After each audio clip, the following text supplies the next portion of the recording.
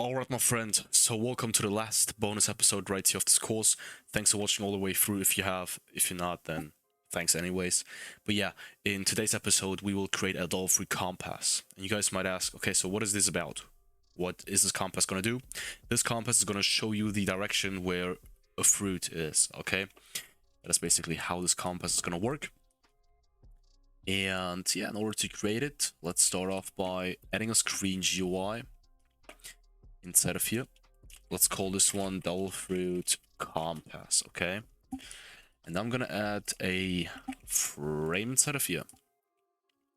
And you can change this later on. I'm just gonna keep it a white frame. So I don't know what your preferences are. I don't know how you are gonna design things, but I'm gonna keep it as a white frame, and then you're just free to change however you want.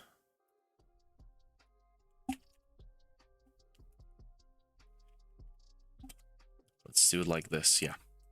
Okay, now what we want to do is that we want to add an image label inside of here. And this image label is going to contain an arrow image. And let me just quickly create this arrow.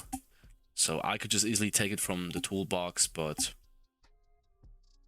that would be against my own rules. So I'm going to be, so I'm going to be just creating my own one pretty fast. But yeah.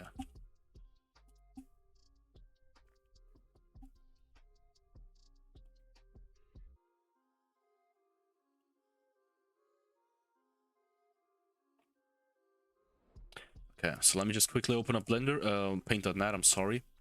There we go. So, actually it's pretty easy to create an arrow. All you gotta do is that you wanna go to this thing, click once on this, click on this, select an arrow. There you go, rotate it once. Right. Okay. This isn't straight.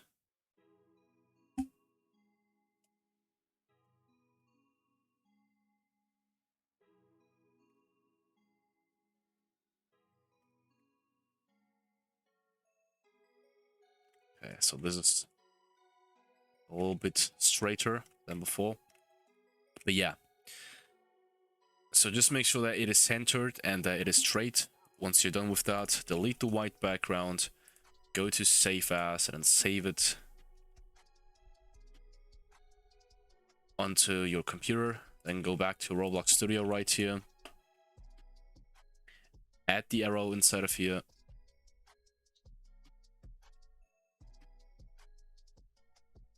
There you go.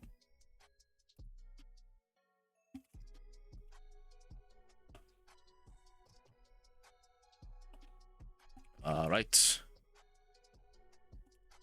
So, what we want to do now is that we want to script this whole thing. Add a local script inside of your arrow. And yeah.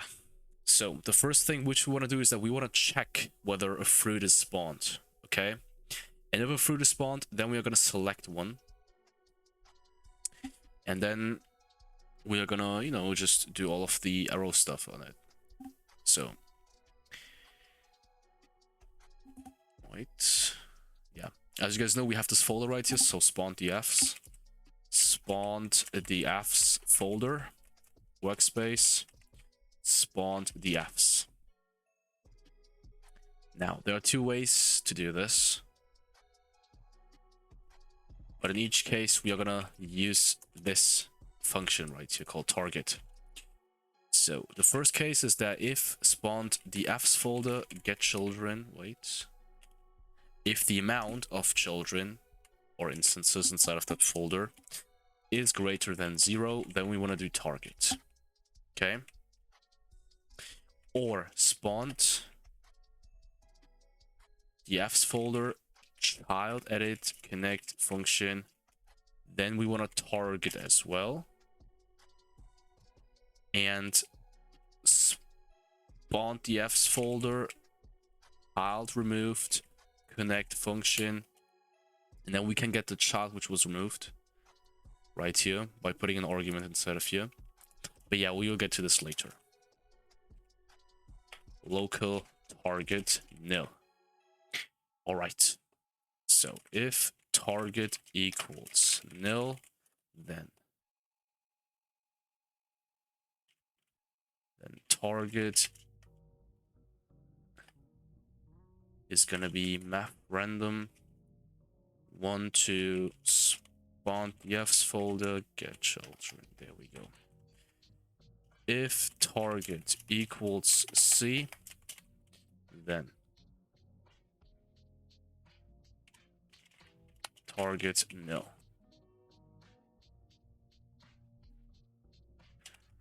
Now coroutine resume coroutine create function while target while true do while target do. Okay, so let me just write everything down and then I'm gonna be explaining it, guys. Do not worry.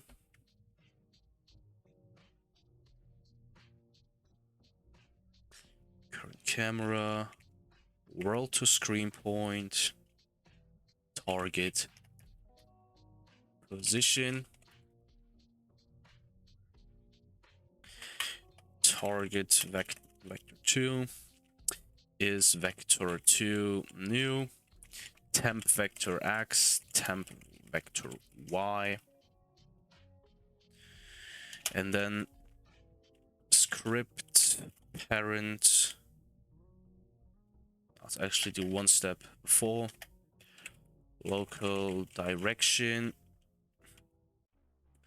target vector 2 minus script parent, okay, absolute position dot unit script parent rotation equals math degree math 8/2 direction y direction x plus 90. Let's check if this works, and I hope that it does. Nah, stop immediately. I forgot to add a weight in both of them. Okay, let's go. Attempt to index function with position.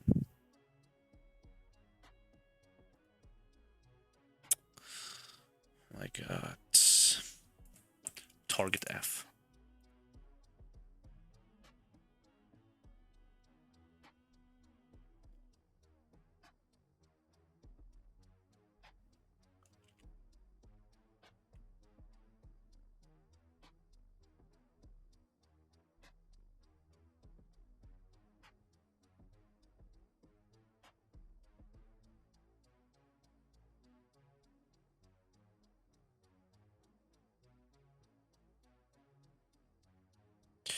Attempt to index number with position.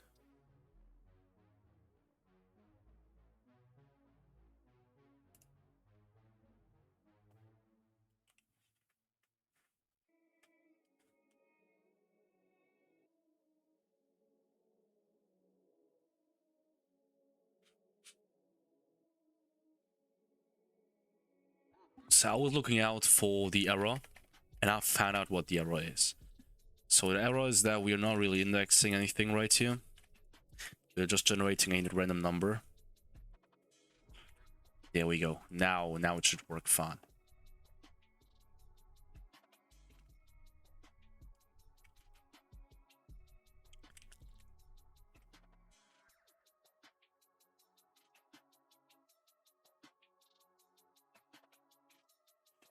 One is not a valid member of spawned DFs.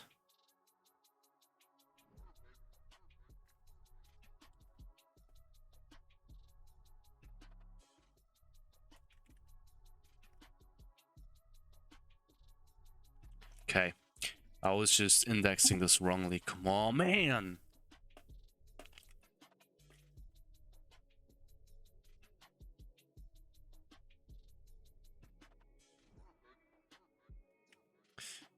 Position is not a valid member of the tool. Target dot. My god, oh my god, oh my god, oh my god. Target dot handle. Come on, work now. Work. This is the last plausible error. There is no reason for an error to come up after this one. Now it works. As you can see, the arrow right here rotates to wherever the fruit was. Attempt to index nil with handle. Yeah, I was already expecting this to happen. Okay.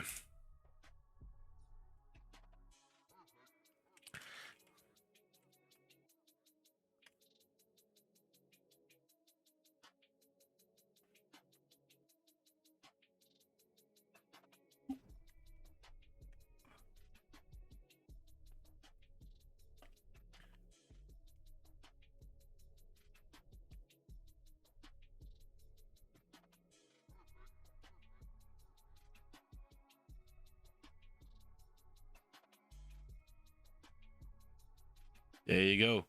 As you can see, the arrow goes to the direction to where the fruit is. Yeah, this works. This works. This works. Very nice. Very nice. And also stops working after the fruit is despawned, guys. And yeah, that's good. Okay, let me explain to you how this works, and then I'm gonna say goodbye to you. Now wait, and I'm actually gonna put this inside of a compass handler, and then we are gonna do the same as we've done to the notify. But yeah, okay. So what we have right here is that we have defined a bunch of variables. The first one is spawn dfs folder, which is this folder in which the dull fruit spawn into. The second one is a variable called target, and this one is at nil by default. This variable represents the dull fruit we have targeted, okay? And now we have two ways of targeting a dull fruit. First of all, when the script runs and there is a dull fruit inside of that spawn dfs folder, this basically equals with this, and this says that we are trying. Now we are basically checking for the amount of instances inside of that spawn dfs folder, and we're checking whether this is greater than 0. If that is the case, then we run this target f method, and we are gonna get to this target f method soon, function soon. The second case is that when a child has been added to the spawn dfs folder, you guys should know this from the notifier video. When this happens, then target f is run again. Okay, let's take a look inside of target f, so target function. How does this work? The first thing is that we check whether the script has no target, so whether no dull fruit is targeted. If that is the case, then we want to target a new one. Okay, so if we have already targeted the dull fruit and then we run this function, then this check will fail and we will not target another one. This keeps dull fruits this keeps the script from retargeting a dull fruit each time once a new one spawns, okay? So that we really focus on one dull fruit at one time, at once. Now, how does this work? Basically, we override target with spawn dfs folder get children. So this is basically a table of all of the instances inside of that folder. And now we are trying to index one certain instance by generating a random number from 1 to the total amount of instances inside of that folder. So when we have 3 dull fruits in the server, then from 1 to 3, okay, a random number, and then we're indexing one of these numbers. So let's say the random number is 2, then we are indexing the second child, the second instance of that folder right here. Okay, this is basically how it works. Now we have the case that dull fruits despawn or dull fruits can be picked up. What happens then? Then we have this child removed case. Okay, child removed basically is when the parent of an instance which was inside of that folder changes. And then we can get the instance which has been removed by adding an argument inside of here. Now we are basically checking if the target, so if our target before equals with the instance which has been removed from the folder. If that is the case, then we want to set target to nil, because the fruit then is gone, because it has either despawned or has been picked up. Now we have this part right here running in the background, and this is the heart of this compass script, because this makes the arrow rotate towards the fruit model. And what happens is that, so coroutine resume, coroutine create, you guys know that this code right here runs in the background, and the code right here, so if you're an experienced coder, then please don't blame me. I know that this is a little bit of bad practice. So we have a while loop inside of a while loop. All right, this is considered bad practice, I think, but I don't really know any other alternatives, and it works, you know, so why not use it then? But yeah, if I have any other more efficient method to you, then I'm gonna come up with it in the Discord server, guys. But yeah, let's just move on. So we have a while tree do loop, which is a never-ending loop. Okay, then we have this part. So this wait is obligatory, otherwise the whole script would just crash the game. Then we have another while loop right here, while target. Okay, while target basically means while the target is not nil, means while we have a target. So while we have a target, we have this wait once again right here. While we have a target, and then we have a p-call. You guys know the p-call from the data store video. So basically everything right here, even if it runs into an error, it will not break the script. So while we have a target, we want to create a variable called temp vector. And what this does is that basically calculates the screen position of an instance right here, which is displayed on your screen. So let's say that we have this tree right here, okay? And we want to get this fruit. Now, the position of the fruit in our 3D room right here is this, okay? But the position on our screen is different. So the position on our screen is, first of all, two-dimensional. So we might have, I don't know, I really don't know, maybe 0.2 on the axis and maybe 0.5 on the y-axis. Okay, so those might be the vector 2 values of this position, of this fruit's position on the screen, of course. Okay, and we are basically trying to get the position on the screen. And why, you may ask? So we are able to, so after getting the position on the screen, we can tell the arrow to rotate towards that point. That is basically the idea right here. And then we are getting the position on the screen. In this case, it is still a vector 3, okay? And we have to construct a new vector 2 by taking the temp vectors x and y values. You guys know that two-dimensional rooms, they have an x and y value, while three-dimensional have x, y, z, you know? So that is the reason why we only use x and y in here.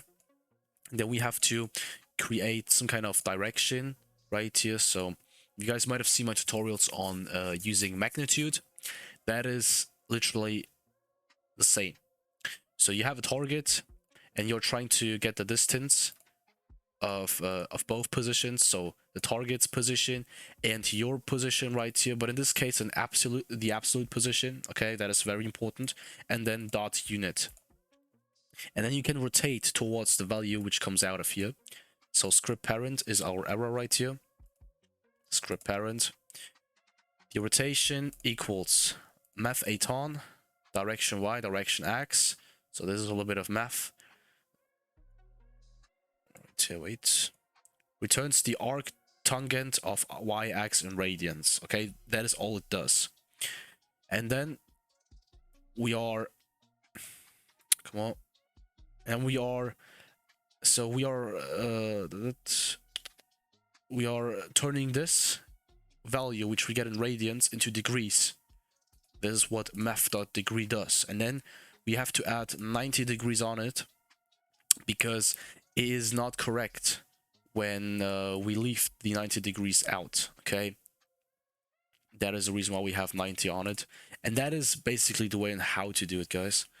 Now we can go ahead, just duplicate this script from the previous episode, call this compass handler, and then just overwrite everything we have inside of here with the stuff you need, we need.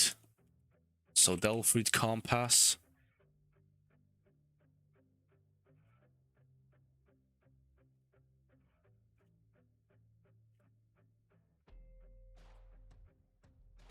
And you have to do the same as you've done with your notifier game pass, okay? Make sure that you have a code right here which checks whether the player owns the Compass game pass, and then you have to put the code inside of here, inside of that check, once this check is successful. All right, that's the way to do it, guys. All right, guys, with that being said, thanks for watching, thanks for buying this course. If you have any questions, come to the Discord server, ask your question. With that being said, see ya.